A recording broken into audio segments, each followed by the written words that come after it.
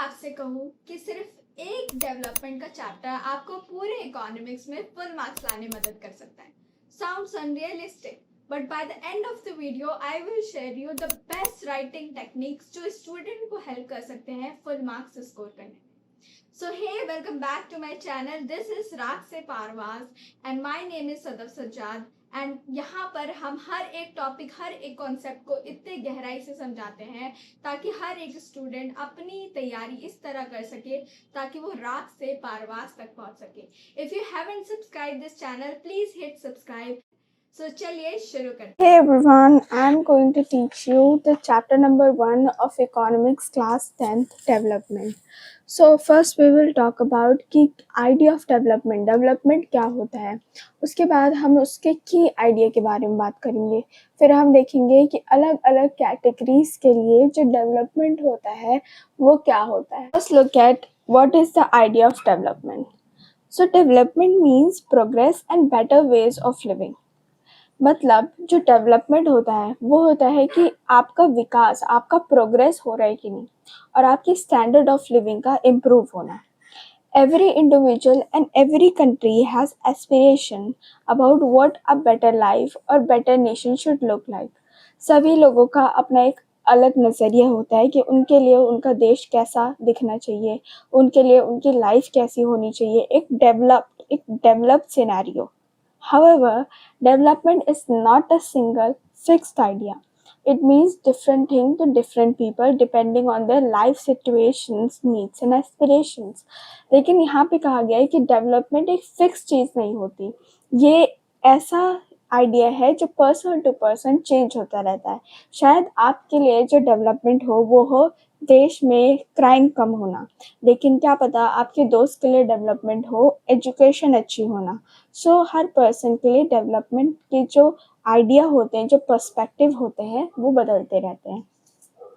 Now look at the key idea of development.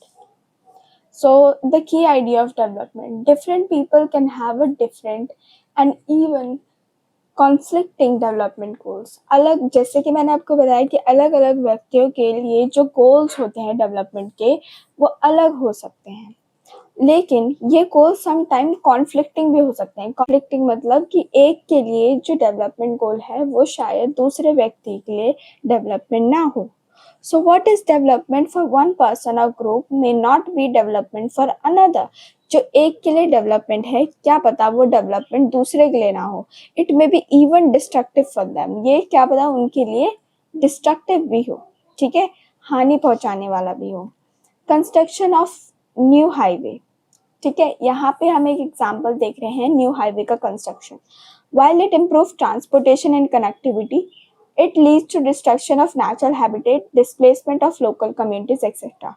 मान लीजिए सरकार को कोई न्यू हाईवे बनाना है, आपको आसानी होगी, एक न्यू हाईवे होगा तो आप एक जगह से दूसरी जगह बहुत आसानी से जा सकते हो और ट्रांसपोर्टेशन में ईज आ जाएगी और कनेक्टिविटी बन जाएगी, है ना।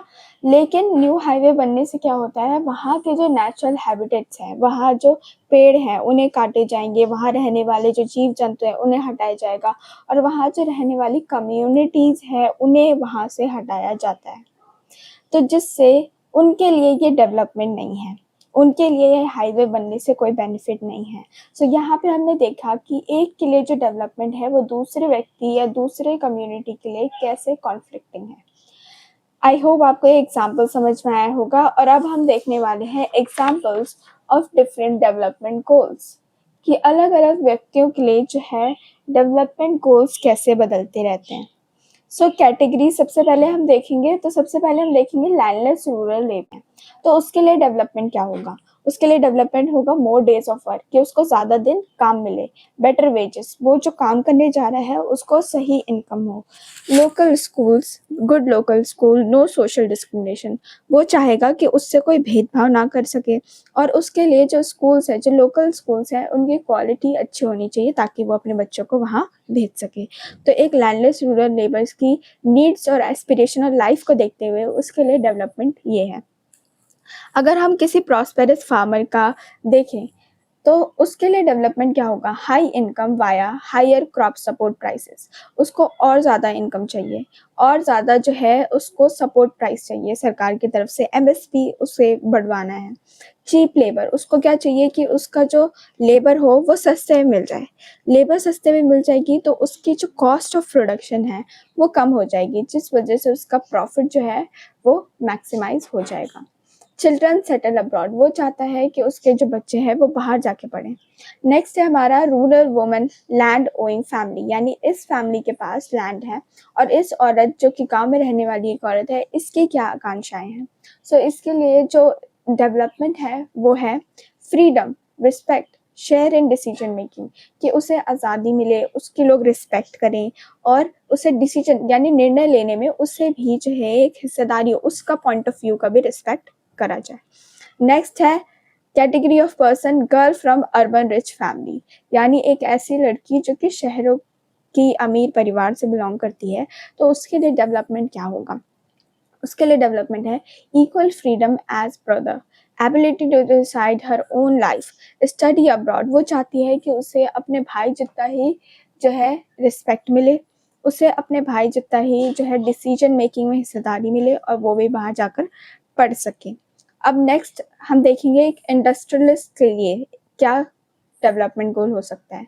सो एक इंडस्ट्रियलिस्ट के लिए हो सकता है कि उसे मोर इलेक्ट्रिसिटी डैम्स प्रोडक्शन, ज़्यादा से ज़्यादा इलेक्ट्रिसिटी बने, ज़्यादा से ज़्यादा उसके प्रोडक्शन के लिए ईज हो। नेक्स्ट है डिस्प्लेस ट्राइबल्स, ट्राइबल्स मतलब आदिवासी लोगों के लिए क्या डेवलपमेंट हो सकता है, protection of land and livelihood, prefer small check dams over big dams, तो ये चाहते हैं कि जो डैम्स बने वो छोटे हों, बड़े ना हो, क्योंकि अगर बड़े होंगे तो इन्हें लार्ज स्केल में वहाँ से डिस्प्लेस करा जाएगा और इनकी लैंड की प्रोटेक्शन होना चाहिए, ऐसा नहीं कि आज ये इधर रह रहे हैं कल इन्हें कहीं और रहना पड़ेगा। सो आई होप ये सेक्शन आपको समझ में आया होगा। अब हम नेक्स्ट टॉपिक की तरफ पढ़ते हैं। नेक्स्ट टॉपिक अब है हमारा income and other goals. While most people desire more income, regular work, better wages, fair prices for produce, income is not the only thing people seek, people value. अब देखिए, आप जो होंगे एक इंडिविजुअल लेवल पे सोचेंगे कि पैसा ही सब कुछ है। अगर एक बार मुझे अच्छी सैलरी मिलने लगी, एक बार मुझे अच्छी इनकम होने लगी तो मैं हर चीज़ खरीद सकता हूँ। बट मैं आपको ये कहना चाहती हूँ कि इनकम ही एक ऐसी चीज़ नहीं है जो एक व्यक्ति अपने पूरे जीवन में चाहता है। It is not the sole thing that a person wants in his or her entire life. वो equal treatment भी चाहते हैं and freedom from discrimination. अगर आप एक ऐसा सिनेरियो कंसीडर करें जहाँ पे आप काम तो करते हैं, आपको इनकम भी अच्छी है, लेकिन आपको कोई जो है कोई अश्योरिटी नहीं है कि आप वहाँ 1 महीने काम करेंगे, 2 महीने काम करेंगे, कब तक काम करेंगे, कोई सिक्योरिटी नहीं है। तो आपको हाई इनकम तो मिल रही है लेकिन कोई सेफ्टी और सिक्योरिटी नहीं है। नेक्स्ट आप क्या चाहेंगे कि security, job security, personal safety. अगर आप जहाँ पे काम करते हैं उस वर्क प्लेस पे आप सेफ फील नहीं करते और आपको कोई रिस्पेक्ट नहीं करता, आपके साथ डिस्क्रिमिनेशन होता है, तो चाहे आपको जितनी भी ज़्यादा इनकम मिलती हो आप वहाँ पे काम करना बिल्कुल नहीं चाहेंगे। नेक्स्ट है respect from other and dignity. तो ये वो चीज़ें हैं जो एक व्यक्ति इनकम के अलावा चाहता है, ठीक है। Friendship and other non material relationship भी चाहता है। आप इनकम ही नहीं, आप जो है लोगों के साथ रिलेशनशिप संबंध भी बनाना चाहते हो, आप रिस्पेक्ट भी चाहते हो, आप अपने जॉब में सेफ भी फील करना चाहते हो। तो ये सारी चीज़ें ऐसी चीज़ें हैं जो इनकम से हटके हैं और हम इसे मेजर नहीं कर सकते। इसका मतलब ये नहीं कि हमें ये सब चीज़ें चाहिए नहीं। आप एक दिन अपने जीवन से ये सारी चीज़ें हटा के देखो तो आपका जीवन जो है बिल्कुल निरंग बन जाएगा। So these non-material things are often hard to measure, but that does not make them unimportant. For example, a job with lower pay but more security and family time may be preferred over a high-paying job with no security. आप ऐसी job करना पसंद करोगे जहाँ पे आपको कम पे मिल रहा हो लेकिन आप अपनी फैमिली के साथ टाइम स्पेंड कर पा रहे हो, आपको पता है कि वो जॉब आपकी सिक्योर है, rather than doing that job जहाँ पे आपको हाई इनकम तो हो रही है लेकिन उसमें कोई सिक्योरिटी नहीं है, ना ही आप अपनी फैमिली को टाइम दे पा रहे हो। Similarly, respect for women in society needs lead to more sharing of housework and greater acceptance of women working outside. और औरतों के लिए डेवलपमेंट क्या हो सकता है कि अगर वो बाहर जाके काम कर रही हैं तो उन्हें घर में भी इक्वल रिस्पेक्ट दी जाए और उनके काम को जो है बाकी लोगों के द्वारा भी पूरा करा जाए। ठीक है, ऐसा नहीं कि औरत बाहर का भी काम कर रही है और घर में भी आके काम कर रही है। Showing that development is about a mix of goal not income alone, कि यहाँ पे हर चीज़ हमें अभी तक पढ़ने से ये पता चला कि डेवलपमेंट कोई एक गोल नहीं है, एक सटीक गोल नहीं है, ये मिक्स ऑफ गोल्स है, यानी बहुत सारे गोल्स का जो है मिश्रण है। ठीक है, तो यहाँ से हमने ये पता लगाया कि इनकम ही सिर्फ डेवलपमेंट नहीं होता, इनकम के अलावा और भी चीज़ें होती है जो एक पर्सन, एक व्यक्ति के जीवन में एक इम्पॉर्टेंट रोल प्ले करती है। आई होप आपको ये समझ में आया होगा। Moving on to the next section. Now, the next topic is national development. Just as individuals have different goals, different people have different, even conflicting goals. Notion of what a country development should look like, the important question to ask when thinking about national development. जैसे हर व्यक्ति के लिए जो है development goal अलग होता है, हर जो है और इवन जो है कॉन्फ्लिक्टिंग भी हो सकता है। जैसे हर व्यक्ति के लिए जो डेवलपमेंट गोल है वो अलग होता है। अलग अलग लोगों से पूछोगे तो उनके लिए जो डेवलपमेंट का आइडिया है वो डिफरेंट होगा और कुछ लोगों का डेवलपमेंट क्या पता दूसरों के लिए कॉन्फ्लिक्टिंग भी हो, जैसे कि हमने पिछले एग्जाम्पल में देखा। हम यहाँ से ये बता सकते हैं कि यहाँ पे जो कंट्री का डेवलपमेंट है ऑब्वियस सी बात है कि वो भी जो है बदलता रहेगा। सो यहाँ पे कुछ हमें इम्पॉर्टेंट क्वेश्चंस जो है ये सवाल करने की ज़रूरत है अपने आप से। सो पहला क्वेश्चन क्या पूछने की ज़रूरत है कि would an idea policy benefit a large number of people और only a small group.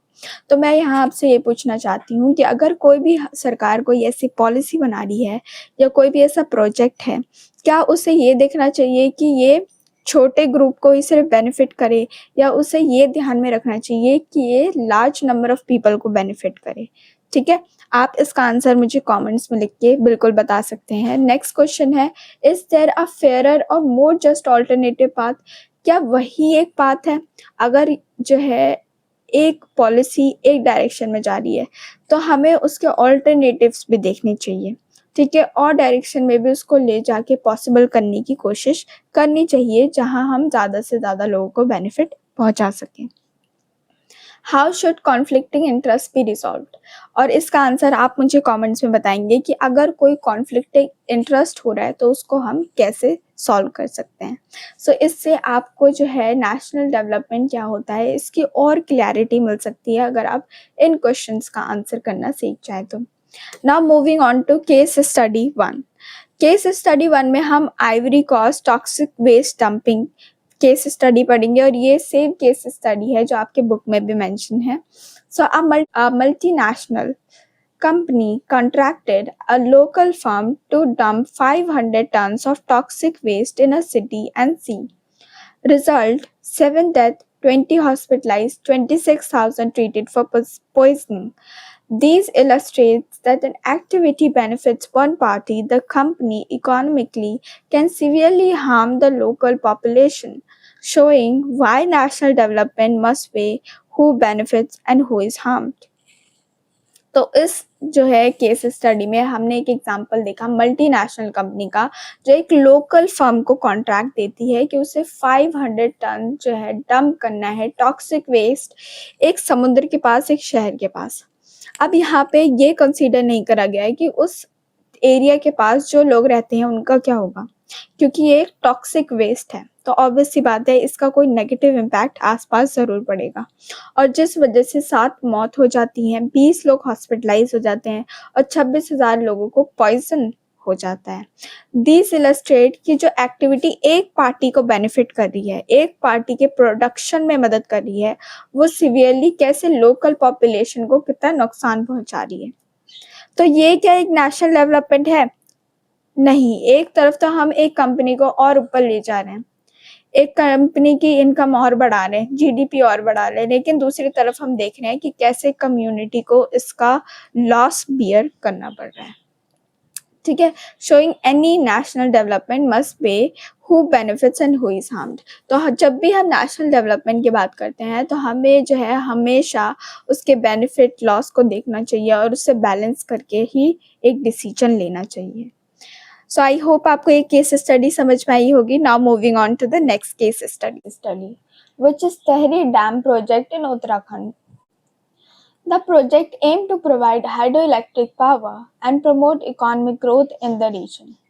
However, it led to significant ecological loss, the displacement of local community, and degradation of the environment, ultimately hindering the sustainable development.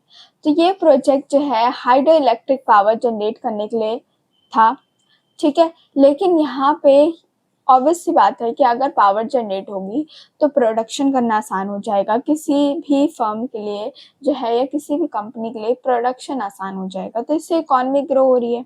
However it led to significant ecological loss. लेकिन हम जहाँ पर भी dams बनाते हैं वहाँ पे हमें पेड़ काटने पड़ते हैं, वहाँ रहने वाले जीव जंतुओं को हटाना पड़ता है। So the displacement of local communities, वहाँ रहने वाले जो लोकल ट्राइबल पीपल होते हैं, जो कम्युनिटीज़ आसपास रह रही हैं, उन्हें वहाँ से हटाना पड़ता है। And the degradation of environment, और इन्हीं सब चीज़ों को करने में एनवायरनमेंट को बहुत ही नुकसान भी पहुँचता है, ultimately hindering the sustainable development. जिससे अंत में सवाल उठता है कि क्या ये प्रोजेक्ट, क्या जो हम डेवलपमेंट कर रहे हैं ये सस्टेनेबल है या नहीं।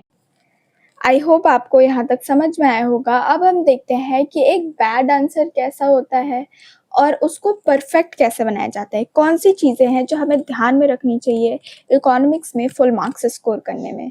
सो जिसके लिए आप एंड तक बैठे थे वो घड़ी आ चुकी है। So let's move on. हम देखेंगे कि आंसर राइटिंग कैसे होती है, कैसे हम एक ऐसा आंसर लिख सकें जिससे हम इकोनॉमिक्स में फुल मार्क्स स्कोर कर सकें। हर different person can have a different development goal. Explain with example why do these goals some time conflict. तो हमें यहाँ पे ये बताना है कि अलग अलग लोगों के अलग अलग डेवलपमेंट गोल रहते हैं और हमें एग्जाम्पल से समझाना है कि क्यों ये गोल जो है कॉन्फ्लिक्टिंग भी हो सकते हैं। सो यहाँ पे मेरे सामने ये आंसर लिखा हुआ है। इस आंसर को अगर हम ध्यान से देखें तो हमें पता चलेगा कि development means becoming better. Different people want different thing because everyone is different. Rich people want more money and poor also want more money. Farmer wants good crop. Some people want stamps, but the other do not want it. So development is different for different people. So ये काफी simple subtle सा answer है जो कि board के level का नहीं है। क्योंकि यहाँ पे जो एक वर्ड है डिफरेंट, वो मल्टीपल टाइम जो है यूज हुआ है। एक वर्ड को यहाँ पर हम जो है बहुत बार जो है यूज हुआ देखते हैं, जिस वजह से इस आंसर की यूनिकनेस खत्म हो जाती है। और ये आंसर बहुत ही छोटा है और बहुत ऑन पॉइंट प्रिसाइज बात नहीं करता, यहाँ घुमा फिरा के बात करी गई है। सो ऐसे टाइप के आंसर्स को जनरली वो 2 आउट ऑफ 5 मैं इस आंसर को देना चाहूँगी। और अब मैं आपको दिखाती हूँ कि सही मायनों में फुल मार्क्स स्कोर करने के लिए हमें कैसे आंसर लिखने की ज़रूरत है। अभी तक आपने ये एग्जाम्पल देखा, ये क्वेश्चन देखा जिसमें मैंने एक आंसर आपको दिखाया। सो ये एक एग्जाम्पल है पैड आंसर का। सो एक परफेक्ट आंसर कैसे लिखते हैं ये मैं आपको पार्ट 2 इस चैप्टर के पार्ट 2 में समझाऊंगी। तो जब तक आप जो है इस चैप्टर की सारी चीज़ें पढ़ सकते हैं और पार्ट 2 को देखिए जहाँ पे मैंने डिटेल एक्सप्लेन करा है कि कैसे हम परफेक्ट आंसर लिख सकते हैं, कौन कौन सी चीज़ों का हमें ध्यान रखना चाहिए जिससे हम फुल मार्क्स इकोनॉमिक्स में आसानी से ले सकते हैं। आई होप आपको इस वीडियो की सारी चीज़ें समझ में आई होंगी। I see you in the next part.